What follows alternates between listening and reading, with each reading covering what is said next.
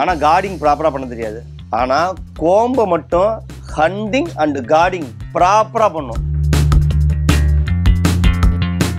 மித்த எந்த டாகுக்கும் வந்து இவ்வளவு தோல் வந்து இவ்வளவு ரெசிஸ்டன்ஸ் இருக்காது.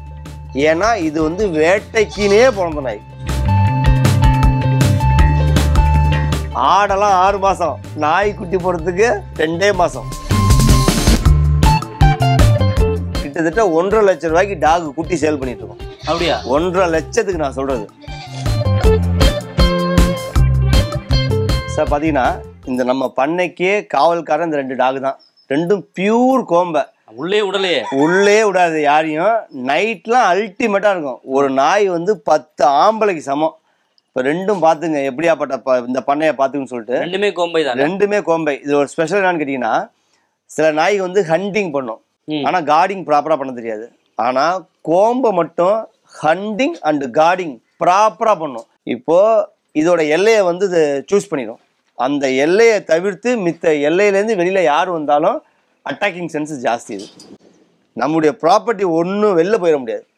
ஒரு ஆட்டுக்குட்டியை யாராவது பிடிச்சாங்கன்னா என்ன பண்ணுமே தெரியாது. ஏன்னா அது ஃபிக்ஸ் பண்ணிடும். இது எல்லாமே நம்முடைய ப்ராப்பர்ட்டி, இது எல்லாமே நமக்கு நம்முடையது அப்படின்னு சொல்லிட்டு. ஸோ மனிதர்கள் மாதிரி சிந்திக்கக்கூடியது. தோல் பத்தி ஏதோ சொன்னீங்களா? ஆமாம். இது வந்து பார்த்தீங்கன்னா அங்கே பாருங்களேன், மித்த எந்த டாகுக்கும் வந்து தோல் வந்து இவ்வளோ ரெசிஸ்டன்ஸ் இருக்காது.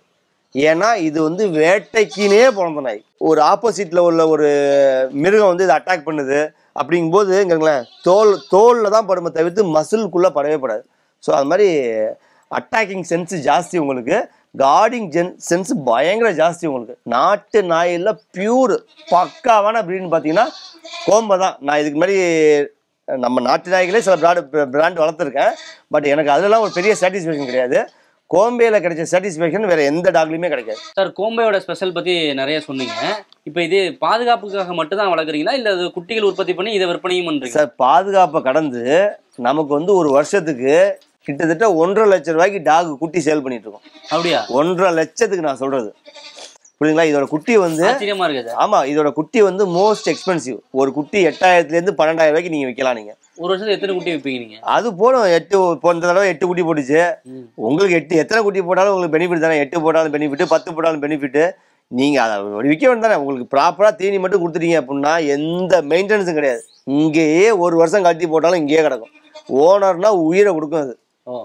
ஆமா, ஒரு வருஷத்துக்கு 1.5 லட்சம் ரூபாய்க்கு எனக்கு குட்டி போட்டு எத்தனை நாள்ல நீங்க விற்பனை பண்ணுவீங்க? 40 நாள் தான். ஆடெல்லாம் ஒரு வருஷம் வளர்க்கணும். நாயை 40 நாள் தான் வளர்க்கணும். 40 நாள் வளர்த்துக்கிட்டு நீங்க காசு ஆக்கிடலாம். நீங்க இதுல ஏதாவது சிரமங்கள் இருக்கா? வளர்க்க ஒண்ணுமே கிடையாது சார். சாப்பாடு ஆக்கி போட்டோம்னா சாப்பிட்டு இங்கே இருக்கும். கரெக்டா ஹீட்டு சீசன் வரும்போது ஹீட்டுக்கு விட்டீங்க அப்படின்னா 60 நாள் தான் குட்டி போடுறதுக்கு. ஆடெல்லாம் 6 மாசம், நாய் குட்டி போடுறதுக்கு 2 மாசம். 60 நாள் 58வது நாளே குட்டி போட்டுரும். அடுத்த 40 நாள் நீங்க வித்து காசு ஆகிட்டு போயிட்டே இருக்கலாம். நீங்க ரெண்டுமே வந்து நான் பெட்டையா இல்ல சார்? இது வந்து டைசன் கடா, அவ வந்து டயானா ஃபீமேல். இவங்க 2 பேருமே எவ்வளவு நாளா இங்க இருக்காங்க? அது 3 வருஷம் ஆச்சு சார். 3 வருஷமா நம்மள்ட்ட தான் இருக்காங்க. 3 வருஷமா இருக்காங்க. 2 ரிட்ரீட்மெண்ட் எடுத்தாச்சு. 2 தடவை குட்டி எடுத்து சேல் பண்ணியாச்சு. Okay sir. ஃபுட் இதுக்கு என்னென்னலாம் கொடுக்குறீங்க? ஒண்ணுமே சார். நம்ம ரைஸ், டெய்லி சிக்கன். வேஸ்டேஜ் இருக்கு பார்த்தீங்களா, சிக்கனு, தோல், தலை, கால், ஈரல், இதுதான் அதுக்கு சாப்பாடு டெய்லி. ஒரு நேரத்துக்கு ஒரு நாளைக்கு ஒரு தடவை வச்சா போதும் சாப்பாடு. நீங்கள் 3 நேரம்லாம் வைக்கணும் அவசியமே இல்லை. ஒரு நாளைக்கு 1 டைம் வச்சா போதும். கார்டிங்னா வேற லெவல், அல்டிமேட்டாக இருக்கும்.